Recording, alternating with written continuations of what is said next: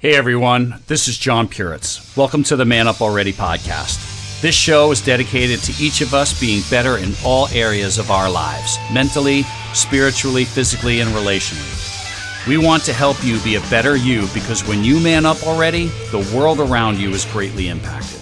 Here on the podcast, we don't believe you're an accident. We believe each of us is created for purpose, and this show is dedicated to helping you discover and live out that purpose. Again, welcome to the show, and let's check out another great episode. All right. Hey, everyone. Welcome to the Man Up Already podcast. Super excited to have you here as always. And it's going to be a great episode. I want to remind you that, hey, if you're new, right, hey, get involved, like, subscribe, share. And if you're a listener, you know, a repeat listener or a recurring listener, somebody who already appreciates the show, please like the episode if you're watching it on YouTube, but subscribe to the podcast on whatever platform you're on, share it with others. We really do want to get the mission out, the message out. And the more I spend time with people, I just think this stuff is so timely. And hopefully it's being delivered in a package that resonates with you and with others so that we can affect change, because that's really what this is all about. So with that, I'm excited to have our guest today. He is an expert in personal and corporate branding and an expert in warm marketing, which I'm really excited to speak with him about. He's helped countless athletes and companies build their brands and develop community. He is the host of the Gym Break podcast and CEO of GymMark. Please welcome to the Man Up Already podcast, our guest, Zach Colman. All right, Zach, good to have you on the Man Up Already podcast. Thanks for being here. Thank you. Thank you for having me on. Yeah, it's a pleasure. I'm excited for our talk. And you know, you and I were just talking prior to the intro, and you have your podcast and you have one of your companies, but there's a bigger company that that you're a part of that you do that I want to start out of the gate with that because that's probably going to be where our focus will be on content. All right, cool. Yeah, let's do it. So let's back up a little bit. I always like to get like, who's Zach? How did you get here? What's your story? What's the journey? Like, yeah, man. Yeah, I think my journey is very much, I think like all of ours, it's a very long journey, but I think because I'm in the field that I'm in, I'm able to kind of like sit back and find those pivotal points in my history that kind of helped me rebrand or redefine the direction and the journey that I wanted to go in my life, right? You know, I grew up, my dad was a retired NFL player. I played soccer my whole life so I could be like him. Grew up very much with the sports mentality, right? Competitive, you know, having a team, understanding how teams work, keeping your enemies kind of closer kind of situation. And that's kind of how I lived my life as I was younger. And as I first started this business, you know, I got to a point where I, you know, didn't want to follow my dad's path anymore. I had to kind of define my own. And I found a very big fascination in visual communications. And so I found it just seemed so insightful for me that I could help other people communicate through different forms of communication, help them be seen and help them be heard. Like I was kind of trying to do with becoming a professional athlete when I was younger, right? And so I kind of pivoted towards that. I kind of worked towards that. I graduated with a bachelor's of science in around 2010, and I started following that goal of still trying to work in the sports arena. So I started working. I worked for the Phoenix Suns for a couple of years. I ended up job hopping towards Pearson education once I didn't get my NFL type situation. So that's when I really learned the fascination of educating. I think that was my first real plethora of how I can still help people and educate people without necessarily being a teacher, right? And funny enough, around that time, I just realized I had to go on my own. I was just like, I'm ready. You know, I had a job opportunity come up to fly out to New York, which was always my dream. work on American Express's website. They were going to pay for the whole thing, but I actually turned it down out of fear because I was like, well, what am I going to do after that 6 months? And after trying to get it back after a day of regret and not being able to get it, it actually was a pushing stone for me to kind of say, I'm ready to go out on my own. And so I did. I gave it about 2 more months. I just planned a certain date that I was going to leave, took the leap, went out on my own, and pretty fast, Creatitive, which is my main company, started to grow and evolve. I started to want to work with professional athletes, help professional athletes find their why and find their community after the game and brand them. And as I started to grow that and really put my nail in the coffin on that direction, I started to grow a family. I had my first, I now have 3 young boys. And my sense of, and let I'm summarizing about 10 to 15 years here, but, about 3 years in to having my first child, I, just started realizing that I was burnt out in the business. I was not happy. I was a true delegator at that time. I was always good at delegating, being in the corporate world, hiring on people, but I was kind of a glorified manager. I wasn't really a leader. And I had to take a step back and be like, all right, what are the things that had me open this brand and this business to begin with? And that's when I started bringing back my values and doing the things in my life that bring me joy personally, that actually helped. And what I say now, it's kind of, that is the journey. That is the brand, right? That is, I am evolving to the person that's going to make the outcome for my business, which in a sense is branding. So I, got to a point with Creative where I was like, hey, this isn't really necessarily working. I had to kind of rebrand it and regrow it to how I've evolved, the things that I wanted to do and the things that I want to help out and achieve in this world. I mean, I think my overall purpose, my overall vision for myself, not necessarily the business, is I just like helping people follow their dreams, right? And my children, my clients, prospects, I on my eulogy, that's what I want people to say. He helped me follow their dreams, right? So Creative kind of took a little bit of a back hold because I realized that and this is just from a technical perspective, but I realized that with the services and the offerings that I was providing, I wasn't really validating my offerings to the correct audience based off of my continued efforts and just my continued attempts to grow it. There's a lot in there that I won't really have to explain, but because of that, I said, you know what? I'm in marketing. I'm in branding. Just because I open a second business doesn't necessarily mean that I'm opening a second business. I still have the same team. I still have certain people working on certain things, and I'm a marketer. I can rebrand and do certain things whenever I want. Right. So, going through my values and bringing back my personal time, going back to the gym, going back to realizing that this is my place. This is where I like to work on my mental health, where I come up with my visionary ideas. It just got me to a point where I'm like, oh, haha, this is my audience. These are the people that I love to work with. And most of them are athletes. So, it kind of took the evolution of Creative, and we created a sub brand called GymMark. And so that's where my podcast is starting to align to GymMark.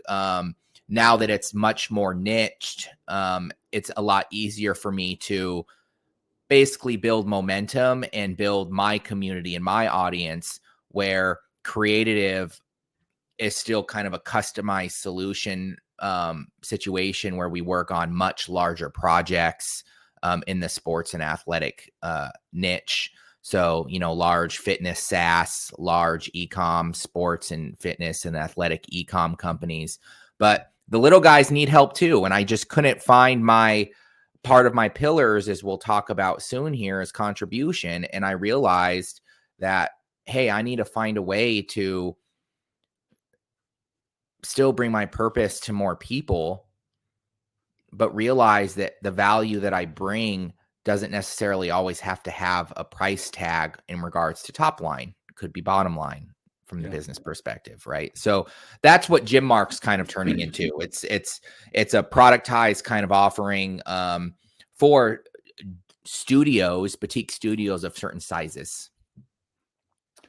There's a lot in there. I think what I love is, and it happened to me, right? So I think it happens for most, is you're going down this path, like my career path in my 20s was educator.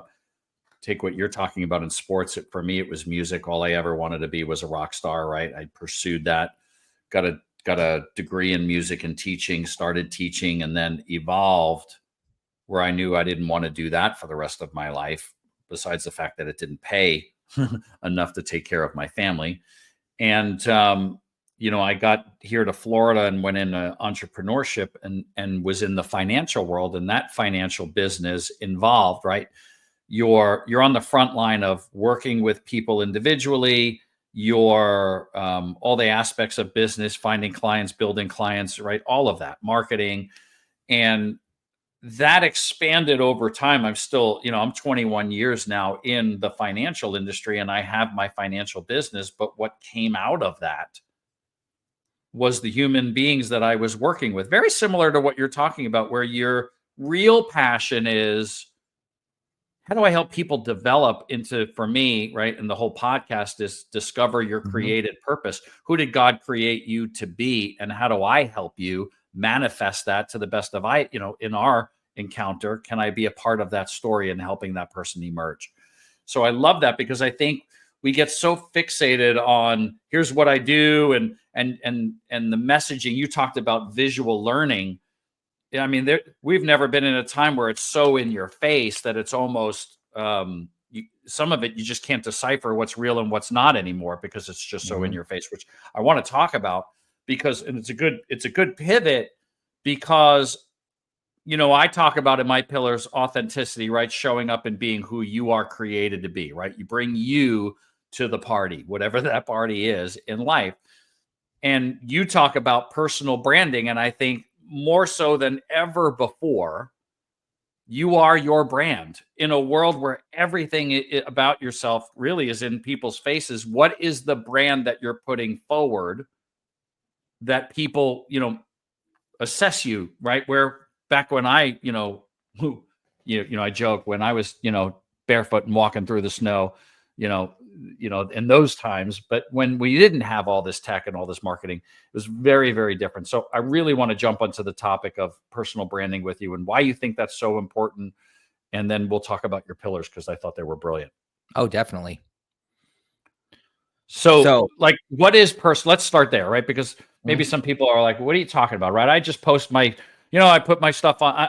Let's start with social media and maybe just what people are putting out there. Like, I don't need to know what's the status of your relationship, what you think about your partner, what your political views are. Like, we're putting so much shit out there, and people are forming judgments and determining the person that you are, your brand. At least that's how I see it. So I wanted to talk to you about that, because that's an interesting concept in general. Because if you look at the psychological counterpart of each human being, everyone's going to have different agendas. Everyone's going to have different agendas for why they post. I mean, I was never a poster. I'll just call him a poster. I was never one to go on and post on social media. And I think a lot of people, for business, you have, or personal brands, you have that same concept. Either you have people that post about, do their daily like selfies, or they do, and their political views or all this stuff, or you have the people that are like nervous and like, well, I don't want to be judged. And I think those kind of come very similar from the same place. One is masking who they truly are, and the other one is afraid to be authentic and be who they truly are. And so I think at the end of the day, at the end of the day, there is so much out there. And from my perspective, what I've seen in regards to personal branding is it is about that authenticity. It is about the learning. It is about the journey, because we get so caught up with all this stuff out here nowadays where everyone's like, the people in the $1 million, not 1 million, like $300,000 car and the $10 million home that are saying, I can make you $1 million tomorrow. And Right. people think that that's what I have to do to become successful because they suckered me into it. Right. So I look at that stuff and I cringe completely now, because business and personal branding, it is really hard. It is really hard to be authentic. It took me 2 years and I still work on it every day, just to allow myself to be my true self. I think it's hard. I think it's hard for us all to kind of be our true selves in some form of capacity. But it's that journey that inspire other people. I think it's those hardships. It's the situations that you go through, and how you've grown, evolved, failed, that actually builds confidence. And so isn't that confidence in itself? If you're able to fail at something, get back up and work at it, that's confidence. So ego, on the other hand, as you're probably aware, and these are, funny enough, these pillars are also my values. And so, you look at when I hire someone, I'm very big on, I want you to have confidence. I want you to be able to come to me when you fail. And how can we learn from that failure? I'm not gonna, but if you come in and you say, no, I'm right, then that's ego. Right. So it's one of those situations where, I started to see this correlation between personal development and those principles that we will talk about here in a little bit, and the correlation towards not just human evolution, but brand and business evolution. You just said, like, you went from, hey, I was a teacher, and then I realized, hey, I wanted to, and I talked about my journey. You talked about your journey, musician to teacher to what you're doing now, because you wanted to help more people. You have this sense of those are rebranding periods in your life. Corporations go through the same thing. You just go, it's just a different level, just with more leaders, Yeah. So they kind of correlate with each other, and that's how business really evolves. And so if you look at the human psyche and how they evolve as people, and how businesses evolve and grow, having those same downward trends, and then, going through the epiphany and growing, kind of like how I did creative. And then I have, started with move towards GymMark. You have this sense of, okay, these are correlated with each other. So if they're correlated with each other, that goes to show you that it's me, and my personal brand is branding, because it's going to be me that dictates the growth and the direction and the feel that my business is going to take on, my brand is going to take on when I hire people or the people that I work with. And so to me, I kind of feel like they're one and the same in so many ways. And it really comes down to the business owner, the personal brand, that's going to dictate the direction and the growth of what you're trying to achieve in your life. Yeah, I love that idea. And it's so, first of all, thank you, because when you open your mouth, right, all this deep wisdom comes out, which is really awesome. But if you take what you just said and then apply it to everyone, we all, right, like, you've heard the expression, wherever you are, that's where you are, right? Like, it's so important for us to continue to learn, grow, evolve, expand, because we are expanding our brand all the time, right? When you learn new things and you apply them and you pivot and you shift. But you could be an individual working in your company or wherever people are working, but you could be affecting in a positive way what's happening around you with your brand, who you are, and growing that organization, or pivoting off and doing something else. But it's such an important concept of, I said in a podcast episode, you're either a human being or you are a human becoming. Mm-hmm. You're either staying right where you are, right? No growth. And that's your brand. That's who you are. I mean, how often do you hear people, no, this is who I am. If you don't like it, well, tough. That's who I am. Well, okay, great. But you're kind of stifling what you can be and how you can affect change and all of that. So I love what you're talking about. Let's jump into the 3 pillars of branding, because they're your values. And what I wrote in my notes is based on what you're saying, that your personal values are your brand values. Yeah. Right? 100%. I mean, what we talked about, and that goes to my first pillar, which is my branding principle, which is connection. If you think about branding in general, you're really just communicating to connect with finding ways to communicate, to connect with other people, right? So if you look back on the pillar of connection, it's all about values. It's all about, hey, like my personal values, and I'll use this as a great example since, this is my experience. I told you earlier, like I had to bring my athletics back. I had to bring going back to the gym back. I had to bring the things in my personal life that I valued. So when I hire people and, or when I, as you know, with GymMark, as I bring on clients that relate to those values, it's kind of my guide towards the types of people that I am growing to connect with. So you always heard that term, right? The term they say, you hear it all the time, which I think is kind of funny. It's like, you need to hang out with the people that match who you are at that given time. And that really comes down to your values. They always put it in money when I hear it. Like if you're $1 million brand, hang out with $1 million business. If you're a $10 million brand, really it comes down to your values. It comes down like, right, what are the certain things that you value at that certain time of your life?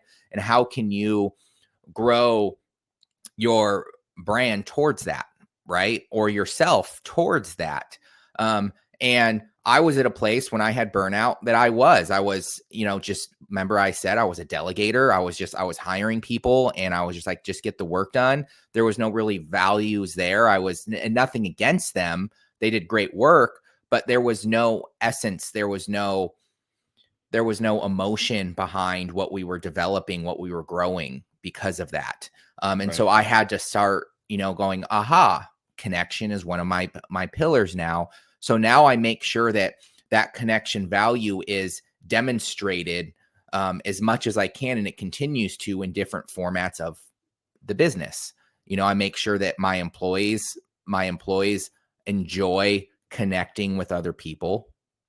They enjoy working with their teammates. They don't just sit behind the desk and do the work. They work and they collaborate. They connect with each other, and they connect with our clients too. I want to make sure all of our employees have some sort of connection with the types of clients we bring in, because it allows us to do more passionate work, more work that we love, right? So those personal values and who you are really going to dictate your brand values when you start hiring. Because why would you want to hire somebody that just didn't really match the same values? And that could be for anyone, if you're really religious and you really believe you're a Christian or you're Catholic or whatever you are, and you really believe in that community and that's what you do, then there's nothing wrong with you valuing that and hiring people around that. And then you can come up with systems and actions for the business around that value, because everyone values that. And that's a good example. And you're going to be more happy because you're going to be working and collaborating with people that match those same values. And the same goes for your audience, right? Those are going to be the people that you probably want to help more because you value that and they value that. So that's really the connection pillar at its heart. It's those personal values, but it all starts with you. If you're in a depressing mood and you don't really have values, if we'll just say this, if you're an a-hole and you're a mean person, most likely you're going to hire other a-holes. And so your business is probably not going to grow off of abundance and off of, that type of growth. It's probably going to be cutthroat. And that's just a good example. That's just a good example of how values can really play a role in the growth of who you are, your brand, your corporate goings, and or your business. And then, we have confidence. And I think this is a huge one. We kind of touched on it on a little bit here. I think I have a magic power. And it's just because I'm in marketing, I can see when a company is crappy or not based off of the types of collateral that they put out into the world. I can say, for instance, a company has really bad customer service. I'll say, so they don't really value their clients because they're not really putting emphasis internally on the customer support of helping their clients. So I'll know right off the bat that, hey, they have some issues with their confidence. They probably have much more of an ego, right? That even comes down to the communications I see, where it's, their marketing collateral, their external factors of communication, their visuals, everything they're doing. If they're not taking the time to learn and grow and create these things towards the audience that they want to help, then to me, they're just, they don't really allow themselves to build that confidence and fail and continue that growth pattern of individuals. And I don't want to work with those types of people. So that's where I see confidence in this. And so, like, for instance, for us, every Monday morning when we have our meetings, I talk to every single one of my teammates and I say, hey, what is a situation that happened last week that you feel like you failed at? And they can get as personal as they want, to their discretion.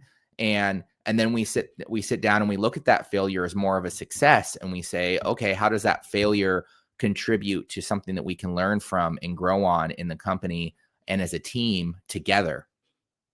And so that's a way that I have brought in confidence as a pillar into my brand, is making sure that they have that confidence. I can name on probably two hands how many people I had to let go that I've been like, oh yeah, they had an ego. I should have seen it. I should have seen that ego before I hired, and they didn't have confidence. They just had ego. And so that's really my confidence pillar. And I think that there's a plethora of different ways as a person you can build more confidence, right? And you can start that path. And I think it all comes down to allowing yourself the ability to not be perfect, because none of us are perfect, and learning that this is a journey and that you're going to make mistakes, but it's all about learning from those mistakes. And that will build you confidence to continue to improve and be better and better and better. And that's really, in a nutshell, what I look at as confidence. And lastly is contribution, which can be tailored in different ways. I mean, a lot of people look at contribution and they say, oh, I'm going to go donate my time to feed the homeless. I mean, yes, do that if you really want to have that sort of contribution in your life. But I look at contribution as much more of, instead of looking at something as an agenda, look at it as a contribution, right? Mm-hmm. So when I went and I realized that I wanted to work with studio owners, for instance, I had to sit down and realize I'm trying to contribute to that audience the best way I can. There was no agenda. It wasn't about the money. And of course, money is always important. But when growing a brand and growing a business, I mean, we all have top lines. You're in financials. You have top line, you have bottom line. You have to worry about that stuff constantly. Yes. But it's about taking the emotions out of the business growth, so to say, and saying, hey, what is the best way I can contribute with the skill sets and the all the stuff that I've learned for this particular audience, and how can I really give back in a way that better benefits the overall whole as us in the world, right? So when I look at that, I kind of look at it as a point of, and I'll use this as a good example. With GymMark, the reason it was developed and the contribution pillar really took a benefit from it is because I realized, hey, gyms usually only have a 5 to maybe 10% profit margin. Most of them right now don't have any room for a marketing budget. So Creative, which is a fully customizable solution for larger, fitness SaaS e-com brands that may have a larger marketing budget, I can't necessarily go in and charge gyms for that same price. So instead of going in and being like, yeah, this is going to cost like $10,000 a month, I have to be like, well, how can I work on my bottom line so I can contribute more value to them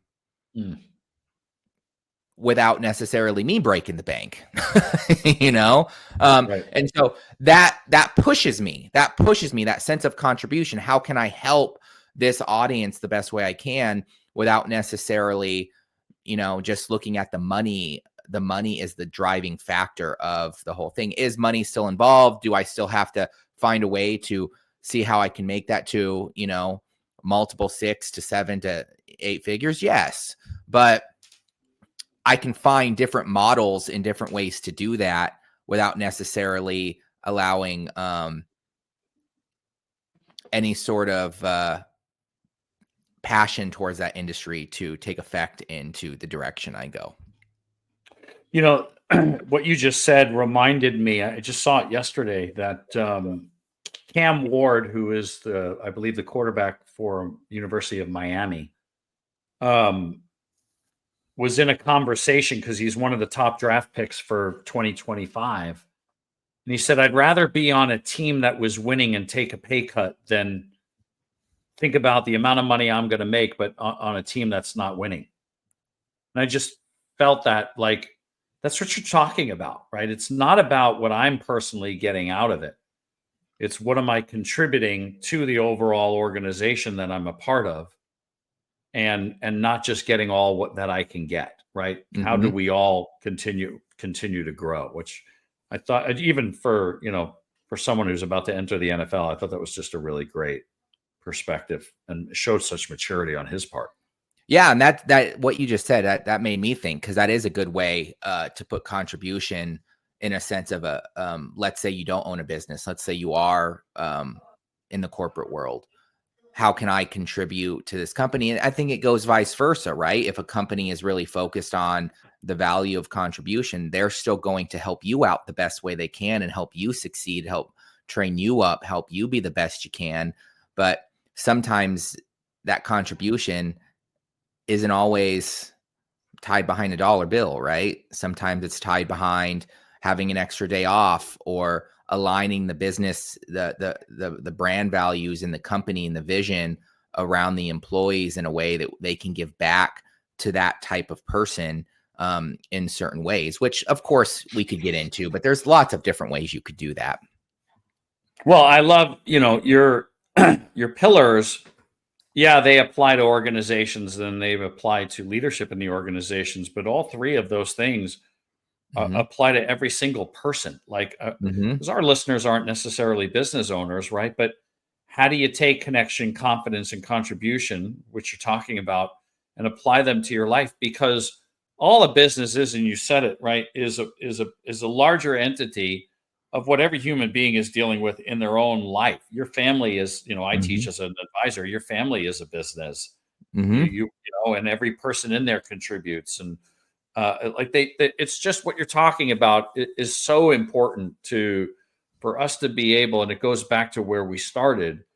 Even if you're not a business owner, you are a human being in your life, and your brand is on full display today. Unless you're like completely unplugged, you really are putting out there what you stand for. And I love what you said. You are who you surround yourself with reflects that brand, right? And it's just interesting because you can see it from a third party perspective when you look at somebody else and you look at who they're around with and you go, okay, it's very easy to tell the level that they think at, what they want in their life, et cetera, right? But sometimes when we're in the middle of it, what you call normal might not be the very best, right? Mm-hmm. So you've got to get those people. I always talk about, you want people in your circle that think at a higher level than you're at, so that you can kind of look at, all right, what's lining up and how do I get to that next space, right? Because if somebody doesn't come in and break your paradigm,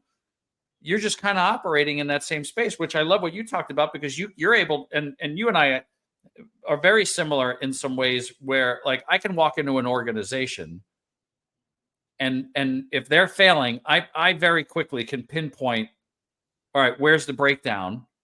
Here's the vision, and then see the map to where they get there. And typically the breakdown is what you're talking about. It's how you treat people. I love what you said. If your customer service sucks, then you're not caring about your clients. You just care about how you get them or what happens, like getting them. But how could you be a business if you're, it always baffled me. Why would you treat me like crap? Why would it be a nightmare for me to get somebody on the phone and talk about some issues I'm having with your company if I'm a client of the company, right? It just, but we do that in our personal lives as well, right? Why do you devalue the people that you spent time, either your family, friendships, right? How long did it take to build those relationships? Because connection takes time. You're investing in them, they're investing in you, right? And then you've got to, even when life is happening, you got to recognize that how we do treat people matters. Why would you go on social media and freaking blast somebody? Why? I'm amazed, and maybe this is another discussion, how reckless people are in texting. Oh, yeah. Yeah. You know what I mean? Like, do you actually look at, like, we've lost the fact that you're putting in print what you're saying. It can be taken in any context. We think texting is now what you and I are doing right now, talking, and it's not. And we get reckless with it. And we put it out there, never knowing how somebody could use that and formulate an opinion and develop your brand. Well, and I think I look at it from, I see exactly what you're saying.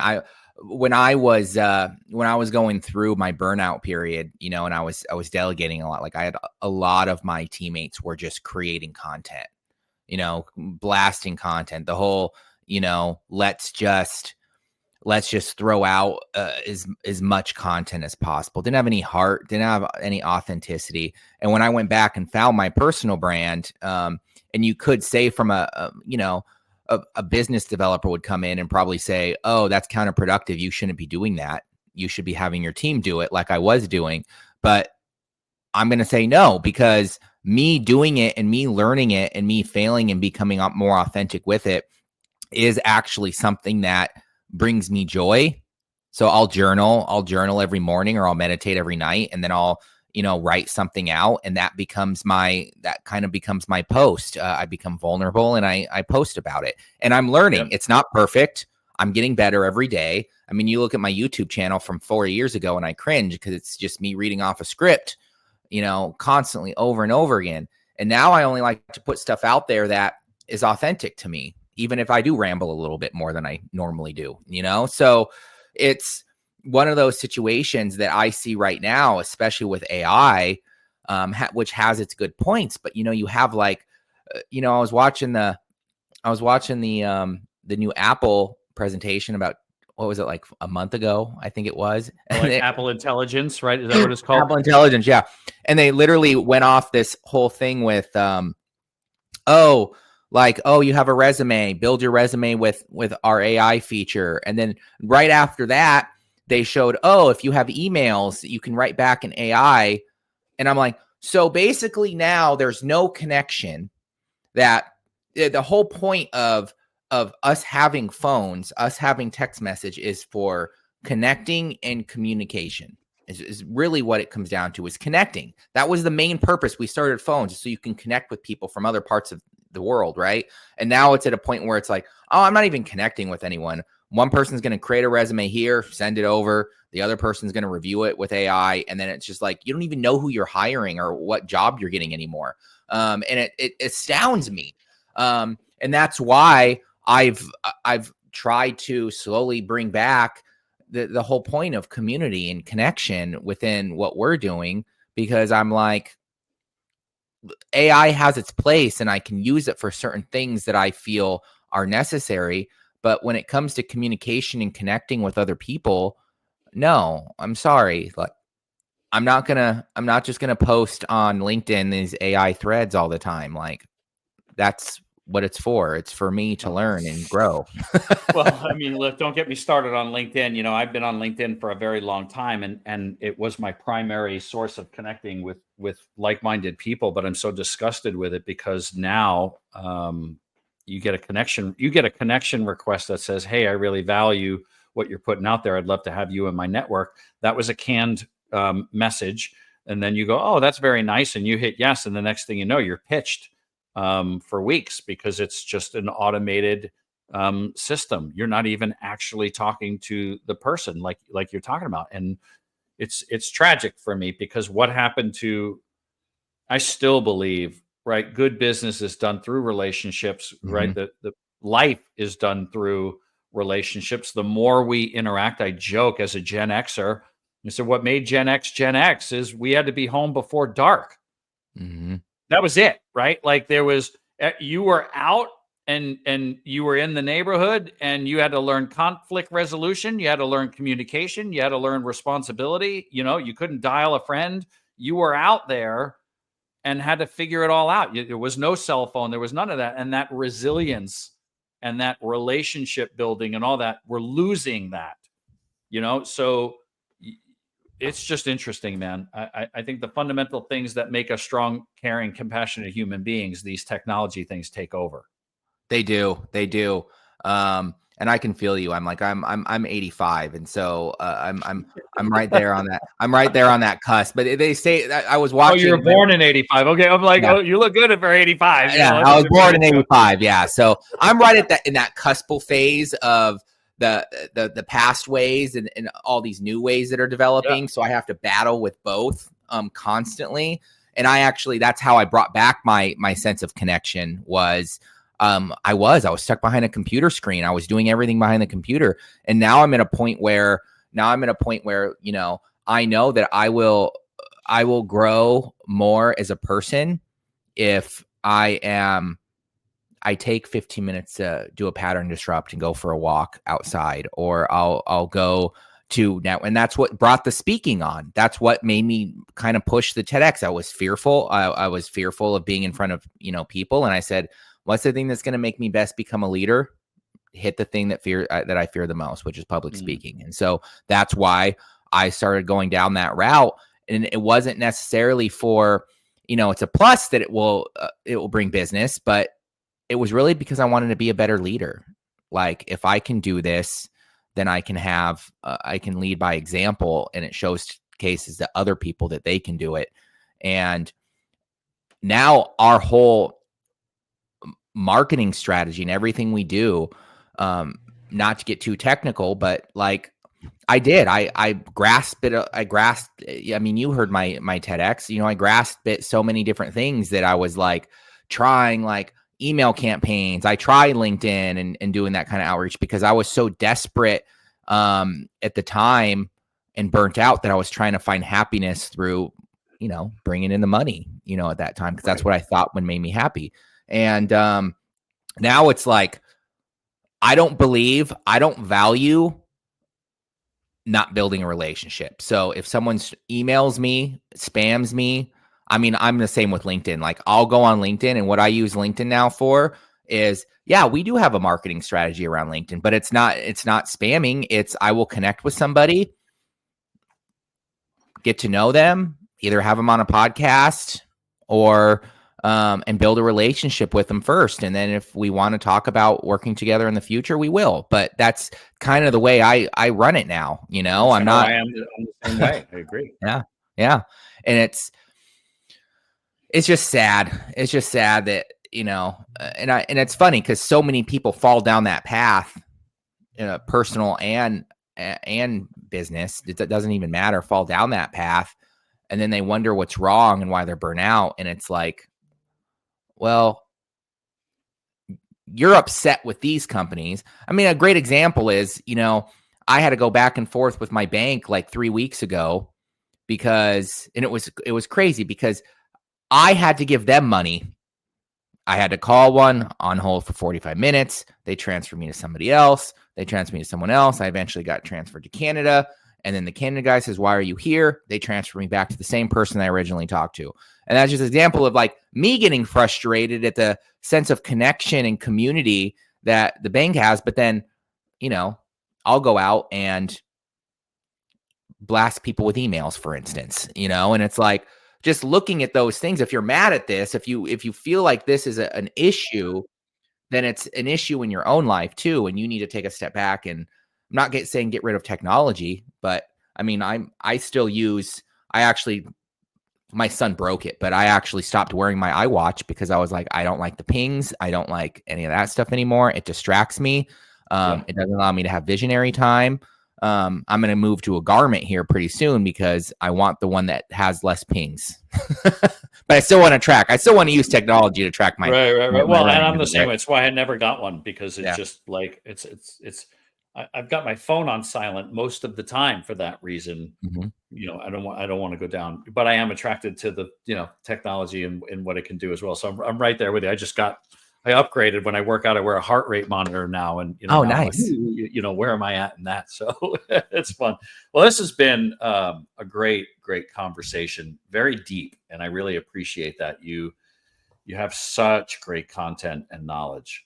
So well, thank you. I really do appreciate having me on, and I appreciate taking the time and the connecting. These things always make my day, man. And for anyone out there, just if I can give you one tip, just try to meet someone new every day. Love that. I love that.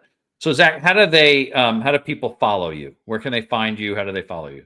Well, right now I'd say the best bet is just reach out to me on LinkedIn. You can find me on LinkedIn at Zach /Colman. You can also subscribe to our YouTube channel where I put out content like this all the time. And you can also just search Zach Colman with that. What's the name of so go on YouTube and just search your name? Yeah. Okay. I recently moved all my stuff to the personal branding side, started building everything that way. And if you want to, honestly, really get to know me, just go to my TEDx. Just throw it in the show notes. If you've already seen it, throw it in the show notes, get to know me on TEDx. And then from there, plethora of ways you can find me and connect with me. Awesome. Well, again, thanks so much for being here today. It was really awesome. I really do appreciate you, and I appreciate the podcast. Thank you. Thank you.